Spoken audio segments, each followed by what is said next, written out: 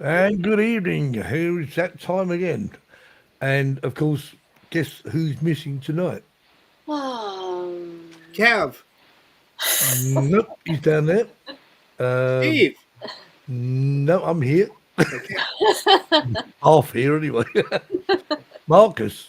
No. Yeah. Jackie. No. Of course, it's. Can't remember. It's gone. Oh, come back to me. Gone off on a cruise. It's Marcus.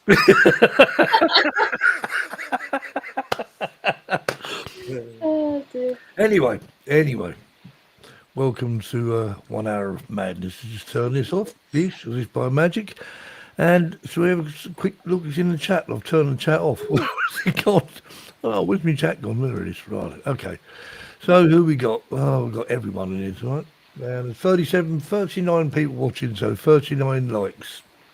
39 people looking at Kev's head and wondering why the top of it's blurry. Yeah, why's the top of your head blurry, Kev?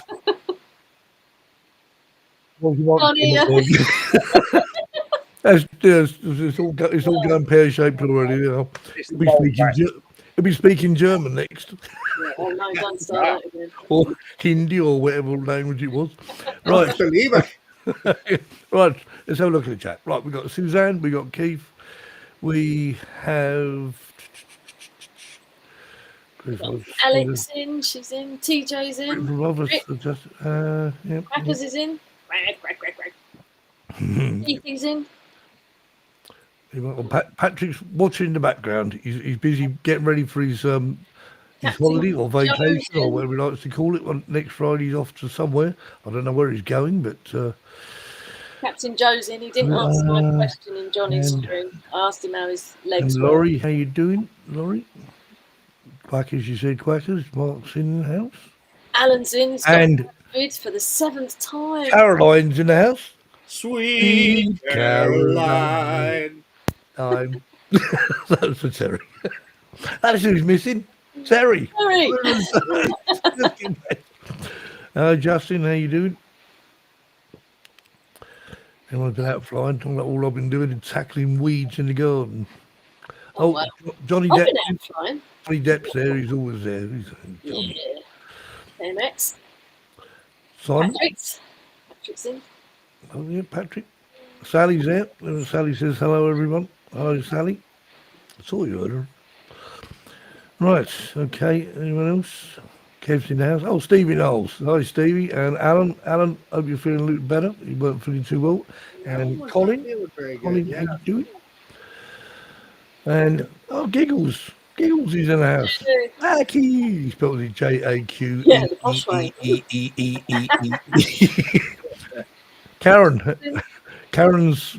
said she hasn't got a very good signal because she's in a caravan somewhere on top of a cliff or something.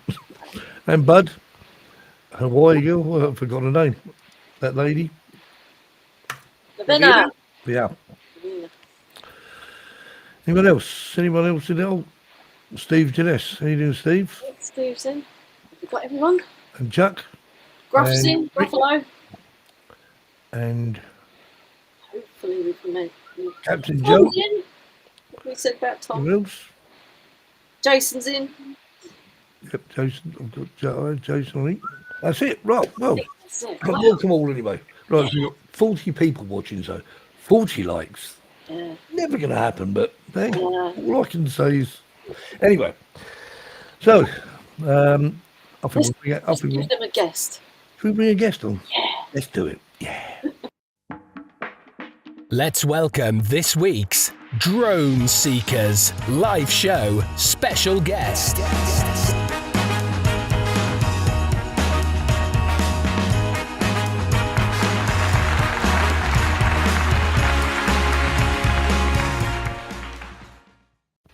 And here he is. Hey! Hello, Gavin.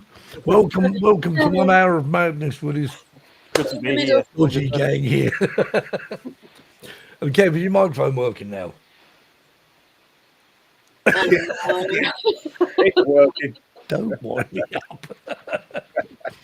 It's Steve, you need to put our guest in the middle so we can all point to him. Yes, yeah. What are you doing up there, Kev? Get where you normally are. And as you can see, there is a blank missing. As I told you it was Terry. We realised it was Terry was missing. Yeah. But Cruise. we're going to pop in and see Terry a bit later on. Jack, you telling the joke today? No, you know No. I can't tell a joke. Now, we're going to go over live to HMS Belfast, Oh, wow. whatever it's called.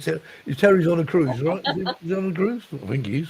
I think so. Yeah. Yeah, well, wherever he is, we're going to listen. We're going to pop over and chat to him later. Excuse me, I think my throat's going.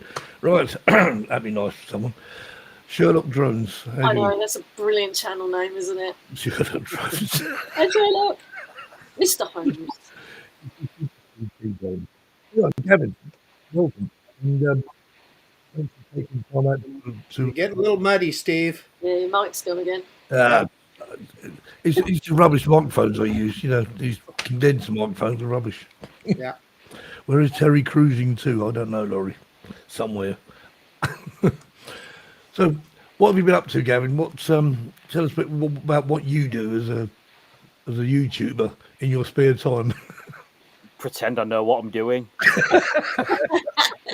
That's a good start. That's half the battle, isn't it? That's half the battle. Yeah. It is. Yeah, obviously, I try to make as many videos as possible, but I don't like to be one of these creators that just puts videos out for the sake of it. I only sort of want to make a video when I've got something to show, something to say, like obviously my latest one, which was quite a surprising one, really. I don't know if any of you guys have seen it yet. Went out flying the Mini 4 Pro, came back, everything perfectly fine. Got it out the bag the following day just to give it a sort of quick wipe over and clean, and realised one of the props had started, or one of the screws was working its way out of it.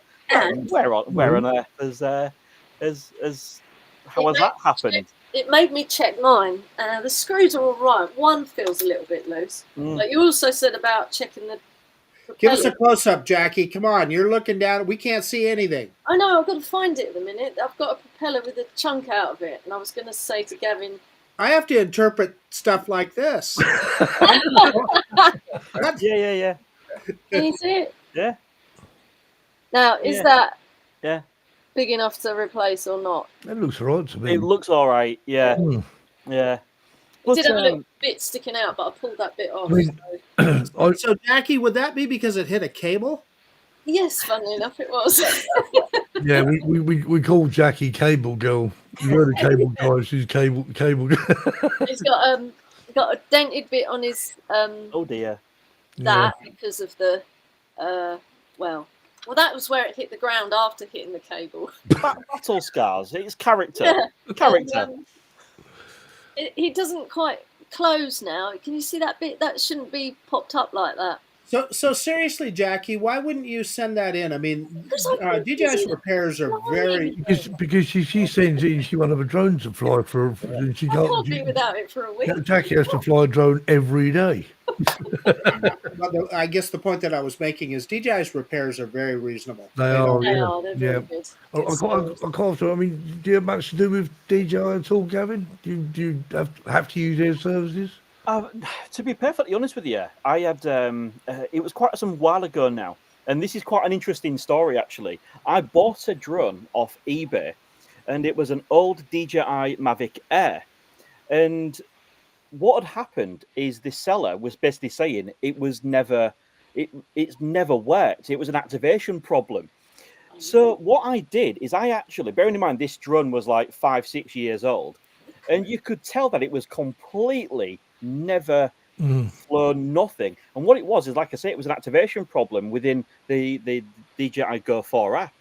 So I sent a quick sort of email off to DJI to say, you know, I've got this drone. I've tried to refresh the firmware. I've tried some bits that I would know at my level. I've bought it second hand. I think I bought it for about £90 or something like that off eBay. Is there anything you can do, or how to fix it? Do you know what they did? They sent a UPS label. I sent it back to them because I'd been on the old forums from years ago and realised that this was an actual genuine fault with the Mavic Air. Some people had trouble activating it. A couple of days later, I got a parcel, full new Mavic Air. Yeah. All these years later, I had no warranty. I had no sales Wow. listing. I had nothing.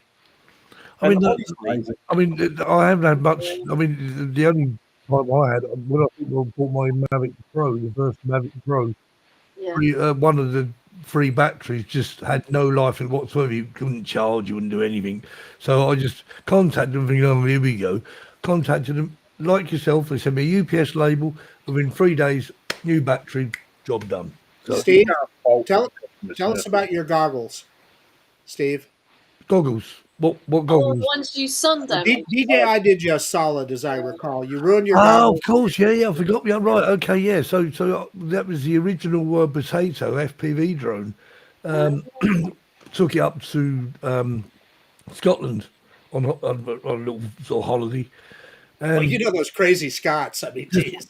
well, and weird enough, it was sunny,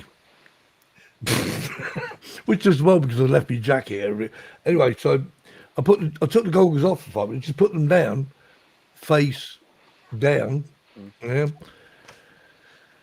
Never thought more about it. So I packed them away because I wasn't using them anymore. I'd finished flying.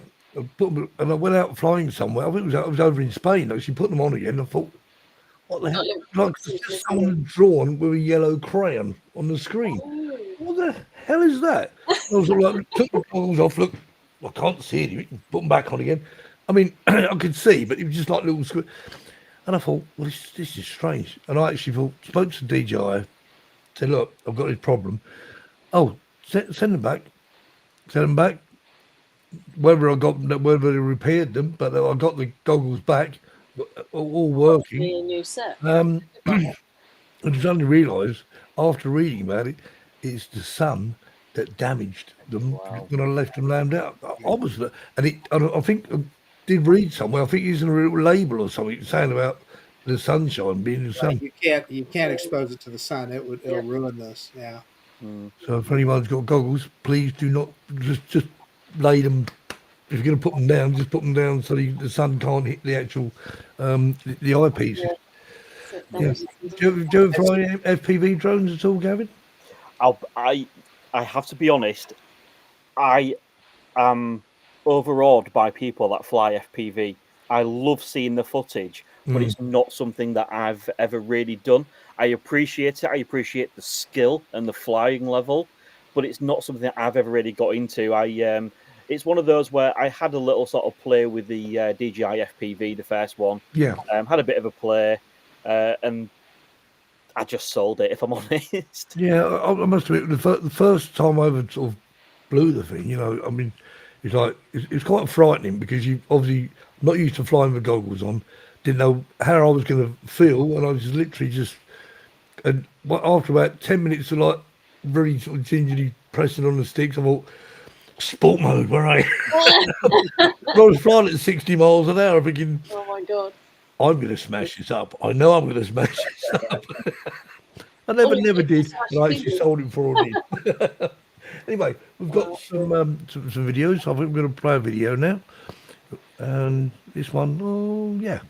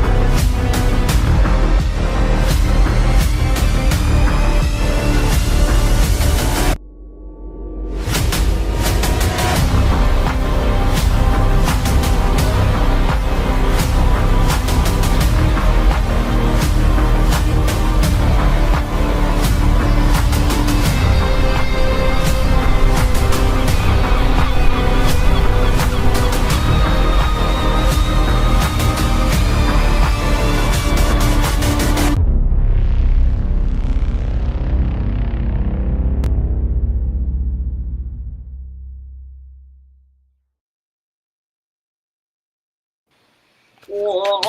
And maybe even fly like doesn't mind flying over water. That would be way illegal in the U.S. Would it? Oh yeah, you get. I think I'm trying to remember what the rule is. It's 2,000 feet or something like that. You can't be that any closer than that to any warship. Yeah. Yeah. So what I'll do is, just because obviously we've just watched that video and it's quite surprising, and I got a lot of comments on that as to say, why are you doing something like that? So just to explain, obviously, as I mentioned before we went live, I actually work as a ship's agent. So I basically look after ships coming in and out of port. So I was actually the person that arranged to get that vessel up the river. Well, there you go. Yeah. They knew what I was doing. Okay, because I get it all the time with people saying to me, sure. "Oh, why are you allowed to do this?" You know, I'm surprised. Like, I do this with permission of the crew and the navy. Okay, so yeah, like I say, people don't realise that I do have a job outside of what I do on YouTube. Yeah, we had this Very conversation earlier intense, on. and Yeah. that's what I do. So He's yeah, not a full-time YouTuber. A job? What's a job? This work that you guys keep talking about, I don't understand. It keeps us sane, doesn't it, Gavin? absolutely, yeah. I remember it used to keep me insane. So I don't know. Yeah, so I don't know if you'll show the other one later on, but yeah, like I said, this is all done with permission of the vessel. And Brilliant. once that vessel actually berthed, I packed up my camera equipment, jumped in my car, went around, and I was on board that ship. Oh, cool. Yeah. So there's more to it than what I do. Yeah. Yeah. Yep. Oh, that's really Indeed. good. Bud asked what the building was in the background. Yeah, I'm not sure what building he was talking Yeah. about, actually. It's called the Deep. Angular Yeah, one. the big sort of triangular glass Yeah. building. Oh, It's an okay. aquarium, Oh, essentially. is it? Oh, right. Oh, okay. Okay. Yeah, it's an aquarium. So, Neat Gavin, piece of architecture, pretty cool. Yeah. we asked this question. So, how long have you been flying drones, and what got you into drones? Yeah. What got you into drones? I want to know that. To be honest with you, I've always tinkered with RC equipment, sort of cars, even little helicopters. Do you know what I mean? And I got sort of it. gliders and that sort of thing. And then, I mean, I can't remember what my first drone was. It was only a cheap one, like years upon years upon years ago. Bang goods. yeah, sort of thing. And what happened is, it was literally by chance. What a lot of you guys don't see is, before I started doing the drone stuff, my channel was actually car content. Oh, was it? Oh, Yeah. okay. Okay. So what I Sweet. did is, I just, it was actually just before sort of COVID really came in and we was all locked down. But because I was a key worker working in shipping, I thought I'll get a little drone to play around with, and that's when I sort of bought the Mavic Mini. Fantastic. So the way this whole thing spiraled, the story of my channel was literally, and I've actually brought some props with me just to highlight, is I wanted to start filming ships on the river with my Mavic Mini. Now, of course, that was just the traditional Wi-Fi, and what I found is it just simply couldn't reach even a few hundred meters. Right. Okay, because it was so poor. Obviously, here we've got CE regulations rather than FCC, Right. so it was really bad. So what I did is I bought a set, and I'm sure people will laugh. I know because what you're going to show. range extenders. Yeah. Yeah. Indeed. Yeah. And I thought I will just test them. So what I did is I did a little test just to see if they worked, and they worked. So then what I did is I went back out and filmed it as a YouTube video and uploaded it on my channel. And it did quite well. So then I thought, all right, I'll try a different type of range extender. Right. Yeah. And then, And the channel was born. so then what I did, I eventually, after some time, I know it's like giving away your child. I'd spent all that time building car content, and then I just had to grow on YouTube. As you know, you have to give people a niche. You have to niche down on YouTube.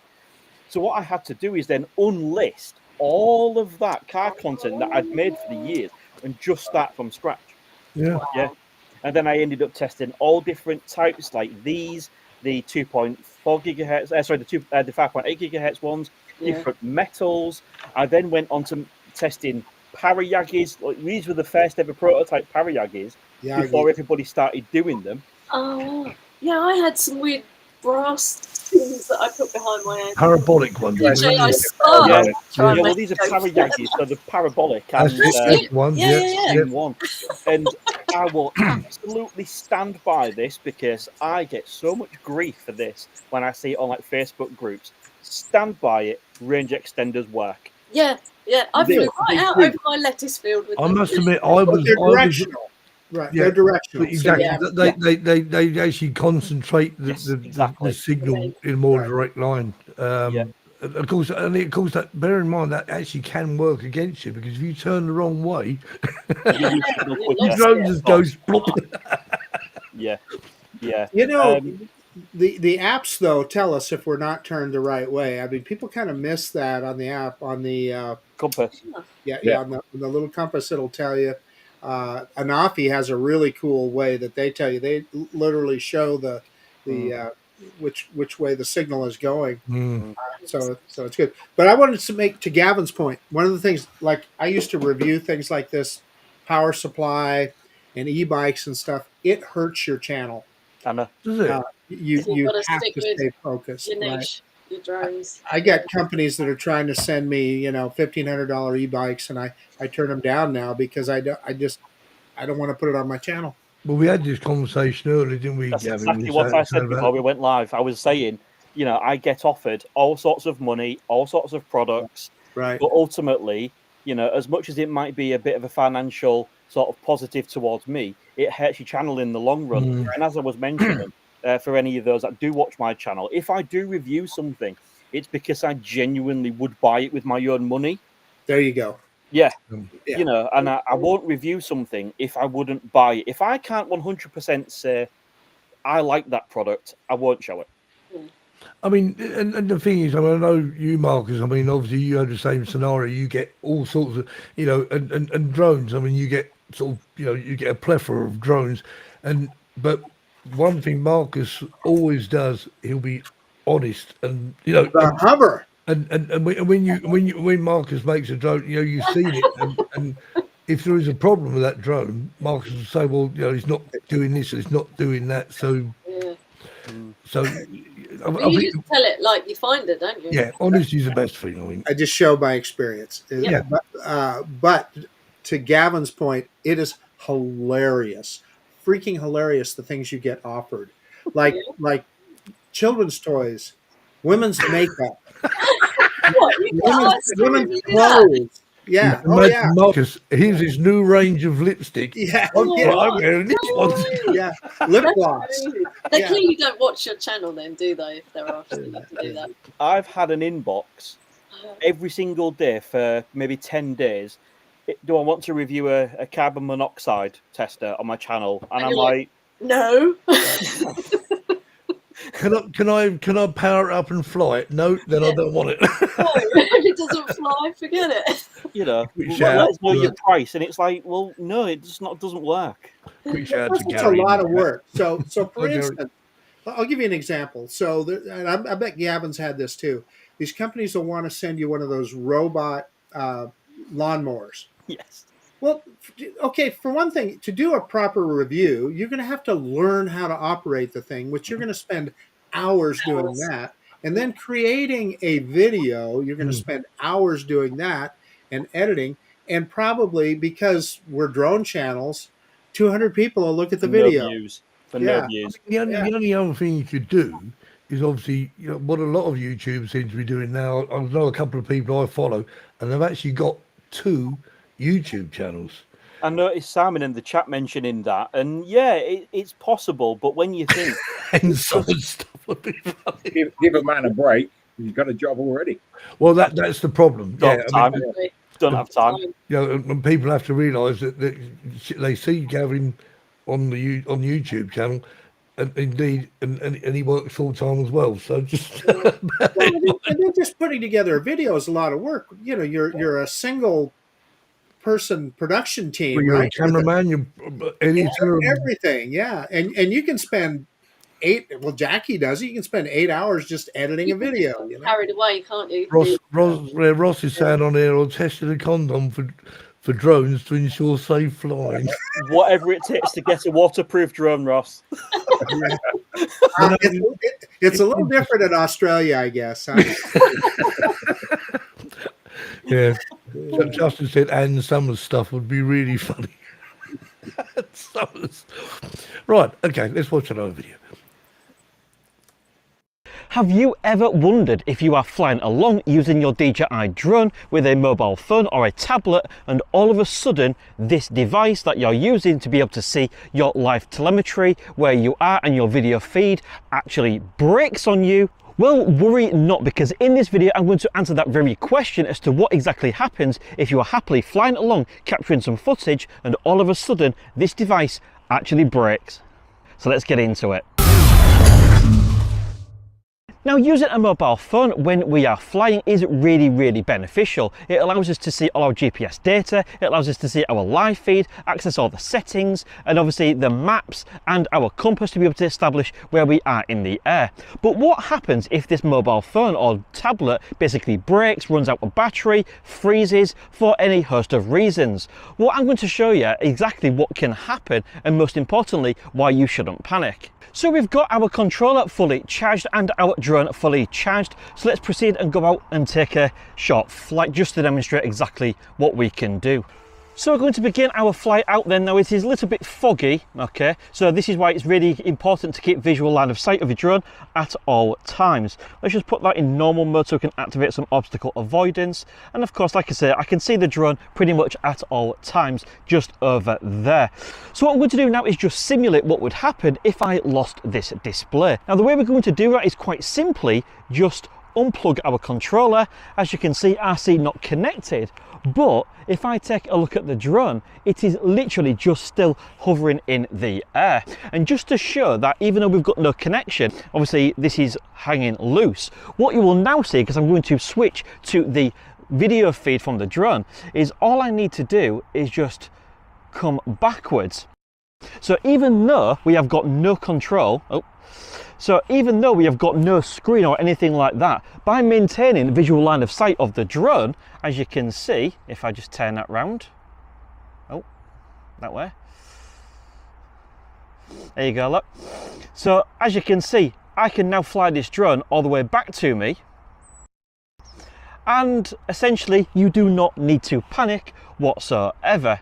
So let's just fly the drone all the way back. So there we go. So as you can see, I've got no controller plugged into my phone. I've got no live feed, but of course the drone remains completely and utterly usable. So let's just try that again and just show you the obvious other thing that you can do. So let's just go backwards. Okay, let's just go back out.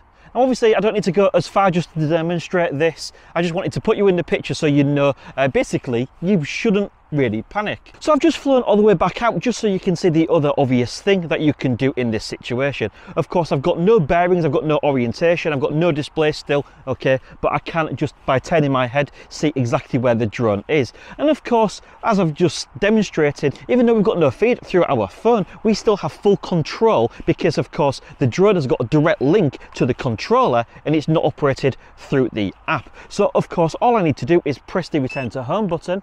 So with that return to home pressed, as you can see, the drone has just flown all the way back to me, okay, and it is now going to just descend pretty much on top of my head. But of course we've still got no screen to cancel the return to home, so all we need to do is just press that button once, the drone will stop descending, and of course, as usual, we can just take full manual control of the drone, and the drone is of course back with us.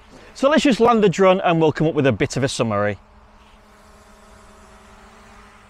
So there we go folks, that hopefully answers that query. If you was ever worried or panicking about what would happen if the device you was using, such as a mobile phone or tablet, basically broke, ran out of battery, died for whatever reason whilst you was conducting your flight, worry not, you have still got full control of your drone, okay, because the link is directly between the drone and the controller, and the app is simply an enabler to be able to allow you to see the GPS data and all the things I mentioned earlier. Now it has to be said that this scenario basically only exists if you did at some point have this app running when you turned on your DJI drone. Essentially, if you did not have your mobile phone plugged in and the DJI account registered or logged in, essentially you can still just take off, but the drone will be limited to 50 meters in distance or 30 meters in altitude.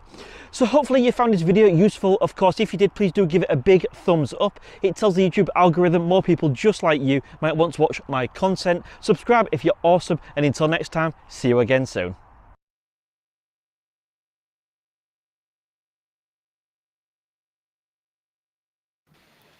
Awesome video. That's where you learn most stuff from, isn't it? Watching other people do. Yeah. You know, and it's, a lot of people are sort of thinking, oh, I've had this problem. What do I do? You know, and Yeah, straight to YouTube. yeah. My most viewed videos are the ones describing return to home. Yeah. Most viewed. Oh wow. Unless, of course, the flying the DJI, the Avata, and the goggles go blank, and you set the return to home height from lower down, so when it comes down, it hits the roof. Hey, Yeah, we've seen that, haven't we, Steve? yeah, I don't know who done that. That was me. Yeah, of course it was. One thing where you know, obviously, you set the return to home height from where you're taking off, and then of course you fly. The footage was brilliant, though, wasn't it? Oh, the footage was great. The drone hit a tin roof, and you see it falling backwards and land in a hedge. But We so one, of bumped the when he things, found it. one of the things I always tell people there is, and I'm sure Gavin give you the same advice, I always set that return to home height at the highest possible point that I think there is of anything around. And sometimes that is higher than legal because, in other words, from your takeoff point is what I'm saying, not legal, from your takeoff point, because if you're flying up a mountain, you can be 500 feet higher than your takeoff point and still be legal because you're less than 400 feet AGL. So you want to set your return to home. Boy, if you get up there and get behind a tree or something, set that sucker way up there. It's not going to hurt you. I think at the time it was set about 100 feet. But the problem was where I took off, it was actually a lot lower. So it was 100 feet from there. So the incline and a tall building that didn't really help. KMX has asked a question. He says, if the drone cuts out, say a bird comes in contact with the DJI Mini 4 Pro, do the propellers provide any resistance while the drone hurtles towards the ground? Not really, no. I know. I was about to say very, very, very little. But if it's going to hit the ground and it's going to break something anyway. Yeah. Yeah. So maybe I think what he's saying is, does he think it'll auto rotate down? Like you see, helicopters can auto rotate. They normally fall down like a sycamore, don't Yeah. From what I've seen, though, they just fall and these propellers just go Yeah. up in the air, don't they? Go like that. Yeah, unfortunately, when the drones props. I mean, what? So does anyone know? Because a friend of mine I work with, he had the same problem. His Mini 4, literally, he was flying it. It just literally stopped and fell out of the sky. There's nothing to do. There's nothing wrong with the battery. Nothing wrong with anything. Really? See, this is why I don't like flying over water. I mean, I sort of did say to him, because I'm right in saying that if the drone is in the air and you pull the sticks in like you start them, it kills the motor, doesn't it? Cut the motors, yeah. That would. I think sorry to interrupt. I think a lot of new flyers are making this mistake.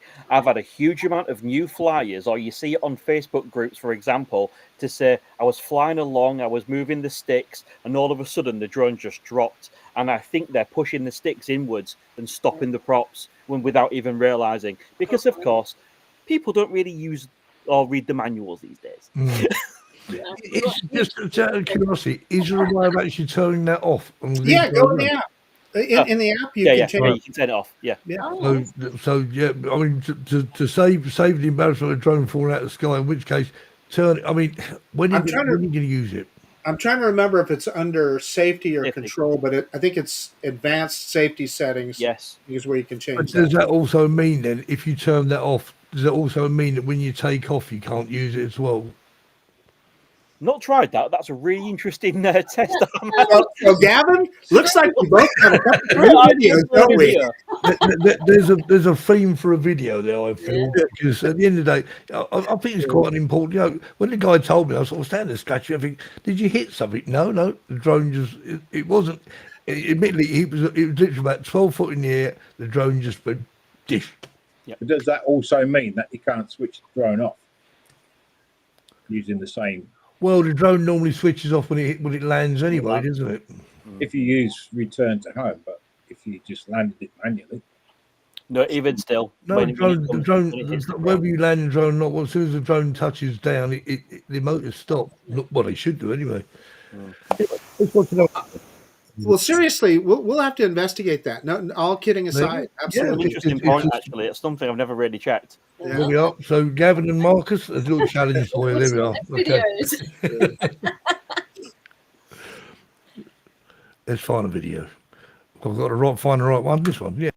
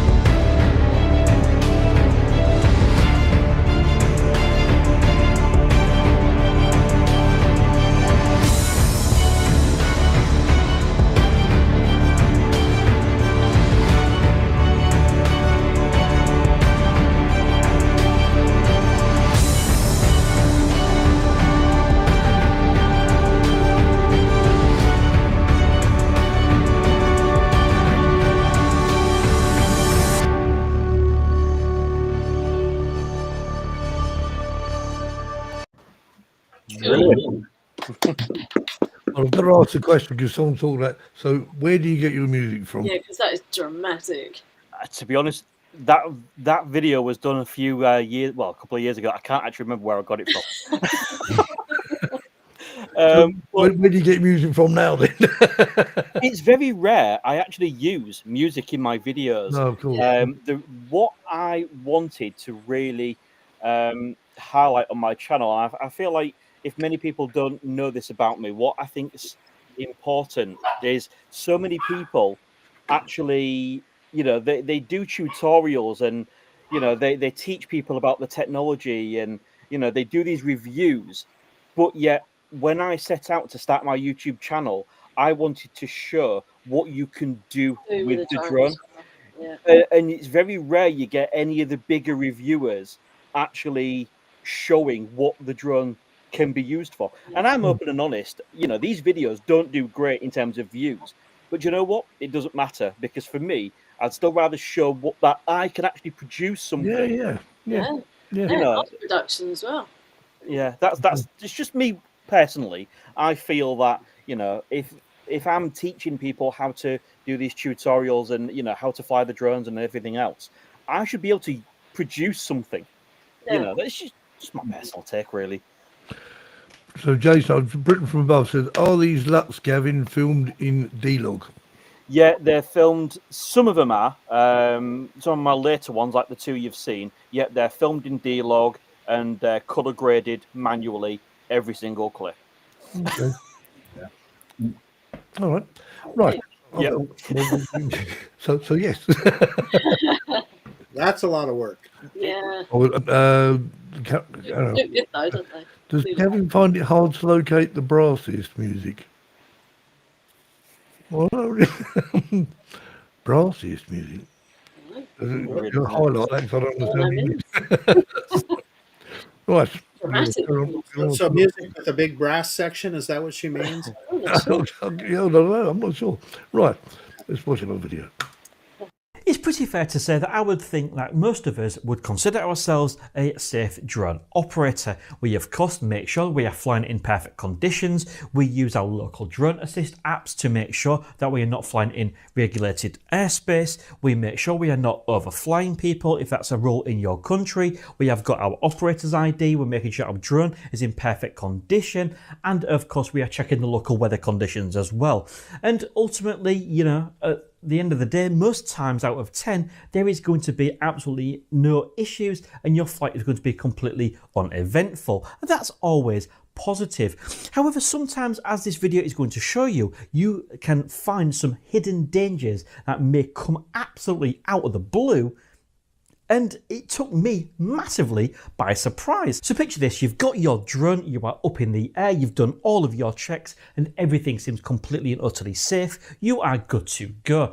I was performing an active track test using the DJI Mini 3 Pro where I was using this drone to film one of my friend's vehicles. It was all going swimmingly, and just a little heads up guys, I will be posting the results of that video shortly on my channel. So if you're not subscribed already, do hit that subscribe button and the bell notification to be notified when I do post that update, because it was quite an interesting test really. The Mini 3 Pro was a bit hit and miss, spectacular in some ways, and one of the times I nearly lost it, so really interesting to watch. But it was all going absolutely swimmingly. I'd just been tracking the car from behind in the example you can see, and then what I was doing is I letting the car disappear, waiting to pick it back up on the return leg. And then as I was innocently flying along, that is where trouble started to happen. As you can see, this is simply a single road in the middle of the countryside, so you would think there was going to be absolutely no dangers. However, how wrong was I? Because if we start to play the clip in question, you may be able to just spot in the distance a potential hazard heading directly for my drone. Now I won't lie, wildlife is not really my thing, so I did have to ask one of my friends exactly what bird this was, who confirmed to me it was a female kestrel. But it just goes to show how quickly we can go from a completely innocent and smooth flight to something like this. As you can see, if I play this back in real time, it came absolutely out of nowhere. A very simple blink and you will miss it moment. And of course, even the DJI Mini 3 Pro and of course the drone that you are using may well have obstacle avoidance. There's absolutely no chance it's going to stand up to something like a bird of prey moving at this sort of speed. And just to show one final little clip that I think is absolutely amazing, if I just freeze frame that right at this moment, you can just see the kestrel looking at the drone with its eye thinking, I'm going to have you next time. Really, really interesting to see nature up close. But of course, that is also a cool advantage of a drone like this. You know, at the end of the day, this is being able to capture shots you would never normally be able to get, and I just think that is absolutely incredible. However, the point is, of course, you know, in this scenario, could I potentially have prevented this? I would honestly like to say no, I could not have prevented this happening. Of course, I couldn't see the kestrel. It was obviously, I was flying safely. I was flying to the environment with which I was operating in. But ultimately, as a responsible drone operator, because I didn't want to disturb this kestrel anymore, as soon as I had this little encounter, I thought the best thing to do was simply swing my drone around, bring it all the way back to me, and just discontinue the flight. So guys, just a little lesson there that even though you think you might have taken care of every eventuality when you are planning a flight with your drone, there is always some sort of hazard that can come absolutely out of nowhere. And of course, please do let me know what you think in the comment section below as to my actions and whether I was right to just land the drone. But ultimately, I didn't want to continue disturbing this bird. And of course, because it is a bird of prey, if it had have attacked my drone, it would have potentially taken the drone out. And of course, nobody wants that. But of course, if you do have a similar experience and you've had an issue with any sort of birds, such as this one, please do leave a link to that video in the comment section below. I would very much like to check it out. Please do give the video a big thumbs up, subscribe if you're awesome, and until next time, see you again soon.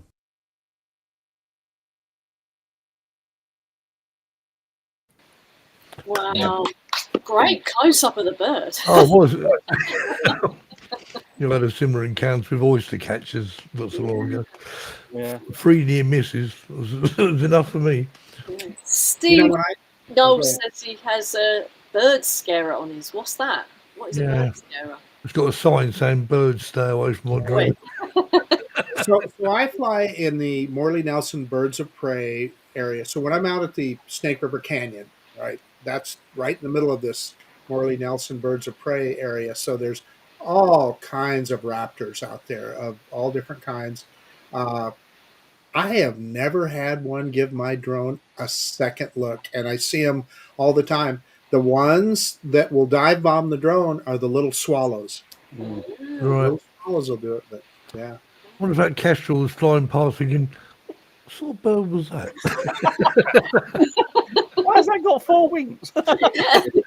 Yeah, I want some of them props in little smudgies. Well, they're territorial, is what they are. And if you're in their territory, they just want you to know. I think they're just curious, and they, you know, but as you say, you know, if it had just been that little bit further over, I mean, even a touch of its wings, that drone would have just lost control. And Gary said he had a bird strike, but the drone didn't go down, and Pigeon lost a few feathers, however. Yeah, I'm looking for the Kestrel was definitely the pilot in command in that one because I just swung it round and landed it. So yeah, it won really. Yeah. Yeah, it is a bit unnerving. I must admit, I did the same thing. You know, when you're filming, you got birds sort of like deliberately sort of flying right near the drone, especially the hide. You know, I think I'll just go and fly somewhere else. And, Yeah. Okay. Right. So I've had more birds come at my Mini 4K than my Air 3S. You want to drive birds crazy, and I don't know if you've ever been offered one of these, Gavin. One of those ornithopters, those mechanical. Oh no, I haven't. No. The company sent me one time, and I was out at a park, and oh my God, did the other birds hate that thing? Yeah? They hated it. Yeah. Well, you'll have to share that video with me. I want to see that. It's a and the thing actually flew it. Yeah. You could fly it around, and it made bird noises. The remote No control. way. Yeah, every once in a while the remote control would screech at you. Yeah, it was funny as heck. I mean, the interesting thing is, everybody says the way to deal with birds is to fly upwards, which is great, and I understand that might be the case. But at some point, you've got to come back down. Exactly. Yeah. That's where they get you. That's where they wait for you. Gavin, You didn't have a chance. Just go round in circles. He's going to come down here. You run out of battery. I'm going to get him. But the point of it is, you may not see him if he's coming from above or whatever. You might not even see the bird. So yeah. Okay, right. Well, it's that time of the day, and you know what time of the day? Oh no, there's no Terry. Hang on, I've just got to give him a call. Yes. I'll tell you what. Well, let's see what happens. And now it's time for Terry's Joke of the Week. And off we go. A fart is a pleasant thing, it gives the belly ease, it warms the bed in winter and suffocates the fleas. A fart can be quiet, a fart can be loud, some leave a powerful, poisonous cloud. A fart can be short, or a fart can be long. Some farts have been known to sound like a song. A fart can create a most curious medley. A fart can be harmless or silent and deadly. A fart might not smell whilst others are vile. A fart may pass quickly or linger a while. A fart can occur in a number of places and leave everyone there with strange looks on their faces. From wide open prairie to small elevators, a fart will find us all sooner or later.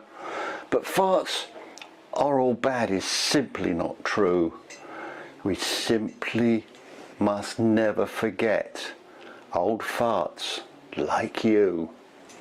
That's me. I'm off. Holiday time.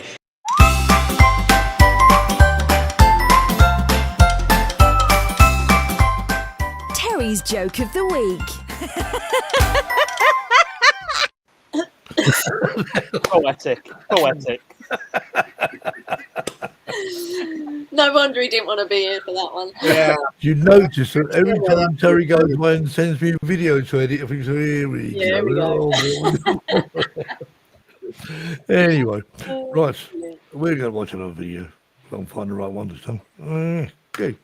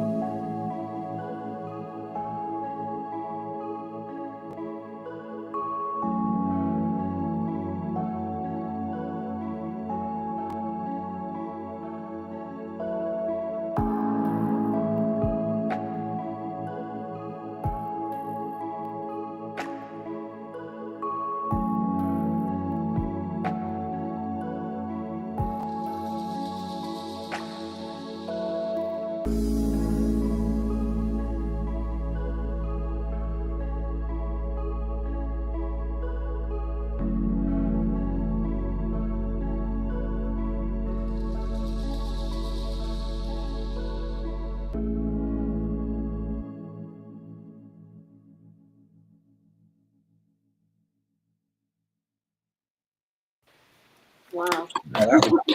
What a rescue mission. It's just so someone asked the question: is the bow thruster just trying to displace sand? Yeah, so what it was is obviously the vessel had ended up on the sandbank due to a pilotage error, and then they had to literally bring those pontoons that you saw at the beginning of the video all the way from the Netherlands to take the cargo out to lighten the vessel. Then we had to wait for a really high tide to actually refloat it. So, yeah, the bow thruster. It looks like it's pushing sand because there was very little water underneath it, just enough to float it. Wow. Yeah, it was quite incredible. And how long did it take from like getting stuck to getting freed? Well, I think it was about a month. Wow. It was sat on that sandbank. And for those of you, obviously, across this side of the pond, I don't know if you're aware. Do you remember those two vessels that collided? It was obviously all over the news, just off the Humber. Yeah. So the Stena Immaculate and the Solon container vessel. I was actually acting as agent for work for both of those salvage operations and that HNS Wisdom. My mobile phone at work was on charge, yeah, and the battery was depleting quicker than it would charge up. I literally had two or three calls waiting every time. So that entire operation, like I mentioned earlier, I actually do have a full-time job in shipping. That entire salvage operation I arranged. Every single bit of it.